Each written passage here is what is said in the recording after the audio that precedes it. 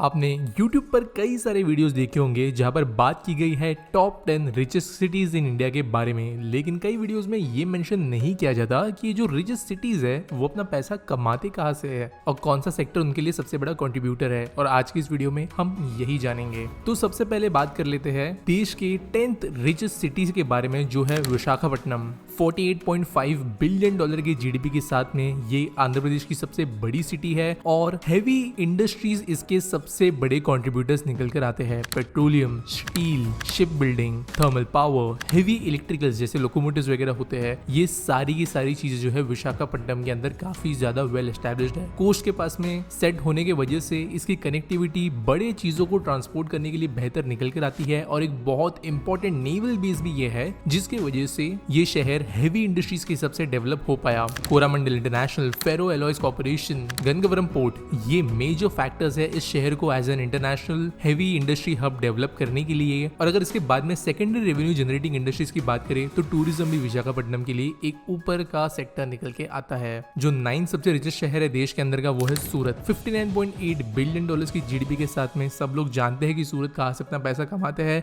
जो कि है डायमंड कटिंग एंड पॉलिशिंग। दुनिया के 90% डायमंड जो है वो किसी न किसी प्रकार से सूरत में से गुजरते हैं, फिर चाहे वो किसी भी देश के अंदर खोजी क्यों ना गए हो। सूरत ज्वेलरी के अंदर जो ये डायमंड्स इस्तेमाल होते हैं इनको परखने के लिए और बेस्ट कॉस्ट एंड क्वालिटी के साथ में पॉलिशिंग करने के लिए दुनिया भर से क्लाइंट्स को अट्रैक्ट करता है। और इनफैक्ट अमेरिकन मार्केट की बात करें तो सूरत में से ही 1970s और मिड 80s से ज्यादातर डायमंड जो है वो पहुंचाए जा रहे हैं। सूरत की सेकंड मेजर इंडस्ट्री जो है वो आज टेक्सटाइल्स की है। देश भर में सूरत की टेक्सटाइल इंडस्ट्री काफी फेमस है और ये भी एक मेजर कंट्रीब्यूटर है। अगला जो 8 सबसे रिचेस्ट शहर है देश के अंदर वो है अहमदाबाद। 68 बिलियन डॉलर्स की इसकी जीडीपी है और अहमदाबाद ना सिर्फ देश का लेकिन दुनिया का one of the biggest denim material supplier है और जेम्स एंड ज्वेलरी के अंदर भी ये one of the largest exporters है। अहमदाबाद के अंदर कई बार बिजनेस ट्रांजैक्शंस होने के लिए इस शहर को बेटर प्लेस माना जाता है, जिसकी वजह से कई सारी लोकल लेवल मर्केंटाइल बैंक्स यहाँ पर है जो स्पेसिफिक बिजनेसेस को ही सपोर्ट करने के लिए बनाई गई थी। फिर चाहे वो एचडी मर्केंटाइल बैंक हो, अहमदाबाद मर्केंटाइल बैंक हो, देना बैंक हो, कॉस्मोस बैंक हो, ये जो बड़ी कोऑपरेटिव बैंक्स है ये अहमदाबाद में से आई। कपड़ों के साथ साथ बहुत पुराने जमाने से जेम्स एंड ज्वेलरी अहमदाबाद में से ही बनकर एक्सपोर्ट होते थे, जबकि सूरत जो रॉ डायमंड्स एक्सपोर्ट करता है उसके कंपैरिजन में अहमदाबाद में बनी बनाई ज्वेलरी जो है वो बहुत ज्यादा एक्सपोर्ट होती है। जो देश का 7 सबसे रिचेस्ट शहर है वो है पुणे। 69 बिलियन डॉलर्स की जीडीपी के साथ में ये मुंबई के पास में ही है और देश का ये one of the fastest growing modern towns में से एक है। रिसेंट सालों के हिसाब से बात करें जो पुणे की जीडीपी को सबसे ज्यादा ग्रो करवा रहे हैं तो वो है इंफॉर्मेशन टेक्नोलॉजी सेक्टर, लेकिन ओवरऑल टेक्नोलॉजी सेक्टर भी इन जनरल पुणे की जीडीपी के अंदर काफी ज्यादा कंट्रीब्यूट कर रहा है, जो कि अलाइड है मैन्युफैक्चरिंग से। बहुत ज्यादा जो मैकेनिकल इंडस्ट्रीज है, ऑटोमोबाइल इंडस्ट्री है, प्राइवेट सेक्टर रिसर्च है, ये पुणे के अंदर ही होता है क्योंकि पुणे को as an Oxford of East भी कहा जाता है। तो यहाँ पे स्किल्ड लेबर जो है काफी ज्यादा बड़ी मात्रा में अवेलेबल है और जो मैन्युफैक्चरिंग इंडस्ट्री भी पुणे के अंदर है वो ज्यादातर precision equipment, high value products की होती है। वैसे दोस्तों अमीर शहरों की जीडीपी की बात करें तो एक बहुत इंपॉर्टेंट रीजन जो इन शहरों के अमीर बनाने के पीछे होता है वो है यहाँ पर आने वाली इन्वेस्टमेंट देश और दुनिया में से। और आप भी अपने पर्सनल लाइफ को फाइनेंशियली बेटर बना सकते हो इन्वेस्टमेंट्स और दूसरे तरीकों के जरिए, जो आप रिच डैड पुअर डैड इन हिंदी इस बुक समरी में सुन सकते हो कुको एफएम के ऊपर। कुको एफएम एक made in India audio show platform है जहां पर 4000 से ज्यादा ऑडियो बुक्स और दूसरा ऑडियो कंटेंट आप सुन सकते हो अपने समय को बेहतर तरीके से यूटिलाइज करने के लिए। और सबसे इंटरेस्टिंग बात यह है कि अगर आप कुको एफएम की प्रीमियम सब्सक्रिप्शन के लिए सब्सक्राइब करते हो अभी, तो हमारे इंडिपेंडेंस डे सेलिब्रेशंस के चलते आपको फ्रीडम सेल के तहत ना सिर्फ 50% का डिस्काउंट मिलेगा लेकिन 3 महीने का एक्स्ट्रा सब्सक्रिप्शन भी मिलेगा, जहां पर आपको PT50 इस कूपन कोड का इस्तेमाल करने के बाद में 399 का ईयरली सब्सक्रिप्शन 199 में मिलेगा, जिसमें 3 महीनों का एडिशनल सब्सक्रिप्शन होगा यानी 15 महीनों का। तो डिस्क्रिप्शन में दिए गए लिंक को क्लिक जरूर करें और कुको एफएम के प्रीमियम सब्सक्रिप्शन को सब्सक्राइब जरूर करें अपनी ऑडियो लिसनिंग जर्नी शुरू करने के लिए। अगला जो सबसे रिचेस्ट शहर देश के अंदर निकल कर आता है वो है हैदराबाद, जिसकी जीडीपी है 83.5 बिलियन डॉलर्स। तेलंगाना स्टेट का ऑब्वियसली कैपिटल होते हुए ये लार्जेस्ट कंट्रीब्यूटर है और कई सारे नए इंडस्ट्रीज के अंदर हैदराबाद ने ग्रोथ अच्छी दिखाई है। वैसे दोस्तों हैदराबाद देश का वो शहर है जिसके पास में सबसे ज्यादा संख्या में स्पेशल इकोनॉमिक जोन्स है, फिर चाहे वो फार्मास्यूटिकल के लिए हो, आईटी के लिए हो, इलेक्ट्रॉनिक्स के लिए हो हर किसी के लिए SEZ बना है, जबकि कई सारे इन प्लान्स है। 1970 से फार्मास्यूटिकल और इलेक्ट्रॉनिक इंडस्ट्रीज हैदराबाद का कोर रहे हैं, लेकिन आज के डेट में जो इंफॉर्मेशन टेक्नोलॉजी इंडस्ट्री है वो हैदराबाद की बिगेस्ट कंट्रीब्यूटर निकल कर आती है सर्विस सेक्टर के साथ में, जबकि फार्मास्यूटिकल और इलेक्ट्रॉनिक इंडस्ट्रीज आज भी इससे ज्यादा दूर नहीं। अगला जो सबसे रिचेस्ट शहर है देश के अंदर का वो है चेन्नई। GDP इसकी निकल कर आती है $86 बिलियन और आज मेजरली ऑटोमोबाइल, सॉफ्टवेयर सर्विसेज और मेडिकल टूरिज्म से चेन्नई का रेवेन्यू जनरेट होता है। अगर थोड़े पुरानी इंडस्ट्रीज की बात करें जो चेन्नई में वेल एस्टैब्लिश्ड है लेकिन आज भी अच्छा खासा वेटेज जो रखते हैं GDP कंट्रीब्यूशन के अंदर, तो वो होंगे पेट्रोकेमिकल्स, टेक्सटाइल्स, अपैरल्स। और चेन्नई के पास में जो पोर्ट है, चेन्नई पोर्ट और एनमोर पोर्ट,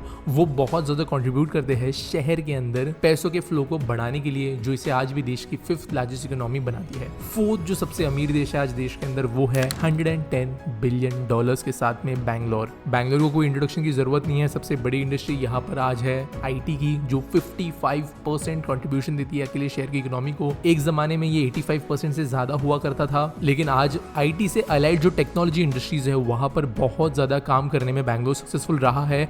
और जो भी सबसे ज्यादा एडवांस टेक्नोलॉजी रिलेटेड काम देश के अंदर होते हैं वो बैंगलोर में ही हो रहे हैं। बैंगलोर के अंदर टाटा, हिताची, महिंद्रा इलेक्ट्रिक, भारत और movers, Toyota, Kirloskar motor, in fact Tesla India का ऑफिस भी है। और आगे जाकर जो इलेक्ट्रिक व्हीकल रेवोल्यूशन आ रहा है उसमें भी बैंगलोर सेंटर बनेगा, ऐसे फिलहाल इंडिकेशंस नजर आ रहे हैं। इसके अलावा बैंगलोर की एरोस्पेस इंडस्ट्री देश में सबसे बड़ी है और आप कह सकते हो इंडिया के अंदर एविएशन इंडस्ट्री में पूरी मोनोपोली बैंगलोर लेके बैठा है, जहां पर एयरक्राफ्ट, हेलीकॉप्टर्स वगैरह बनते हैं, रिसर्च उन पे की जाती है और कॉन्ट्रैक्ट साइन किए जाते हैं। 3rd लार्जेस्ट GDP आज देश के अंदर निकल कर आती है कोलकाता की, जो है $150 बिलियन।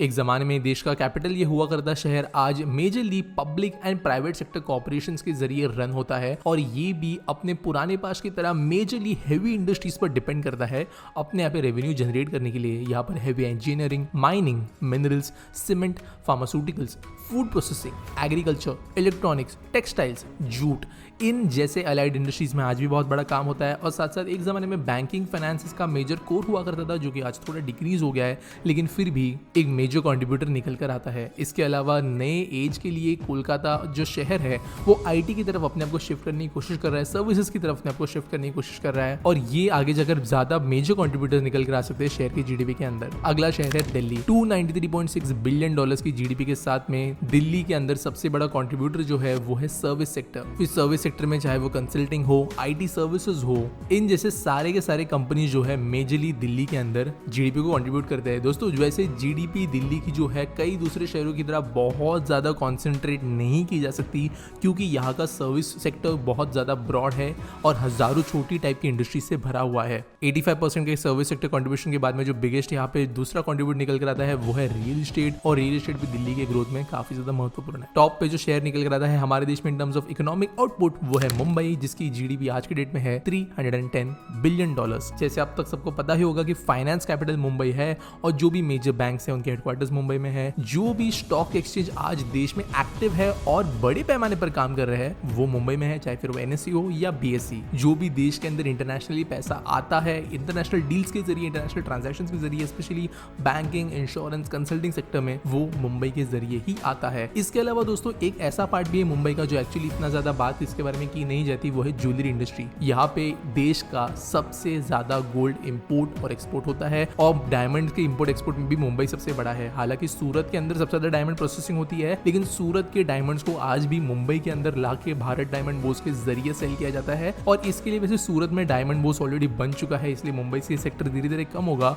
लेकिन जो बाकी ज्वेलरी और जेमस्टोन की इंडस्ट्री को देखे तो देश की 69% of total exports in James and jewellery सिर्फ और सिर्फ मुंबई में से होता है। इसके अलावा पिछले पास्ट की अगर हम बात करें तो मुंबई जो है बड़ी इंडस्ट्रीज के लिए मैन्युफैक्चरिंग हब भी रहा है। जो भी बड़ी कंपनी का नाम ले सकते हो वो मुंबई के आसपास में कोई ना कोई फैक्ट्री मेंटेन करते हैं। इनफैक्ट आज भी कई बड़ी कंपनीज मुंबई के सेंटर में अपनी बहुत बड़ी बड़ी फैक्ट्रीज मेंटेन करते हैं, जो काफी पहले खोली गई थी और वो आज भी देश के अंदर लोगों को एम्प्लॉयमेंट और GDP कंट्रीब्यूशन में मदद करते हैं। तो ये रहे देश के टॉप 10 रिचेस्ट शहर। वीडियो आपको कैसी लगी वो हमें जरूर बताना। मिलेंगे अगले वीडियो में।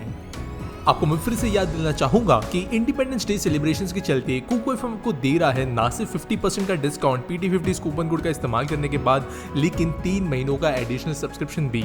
तो अभी डिस्क्रिप्शन में दिए गए लिंक के जरिए कुको एफएम के प्रीमियम सब्सक्रिप्शन को सब्सक्राइब करना ना भूले।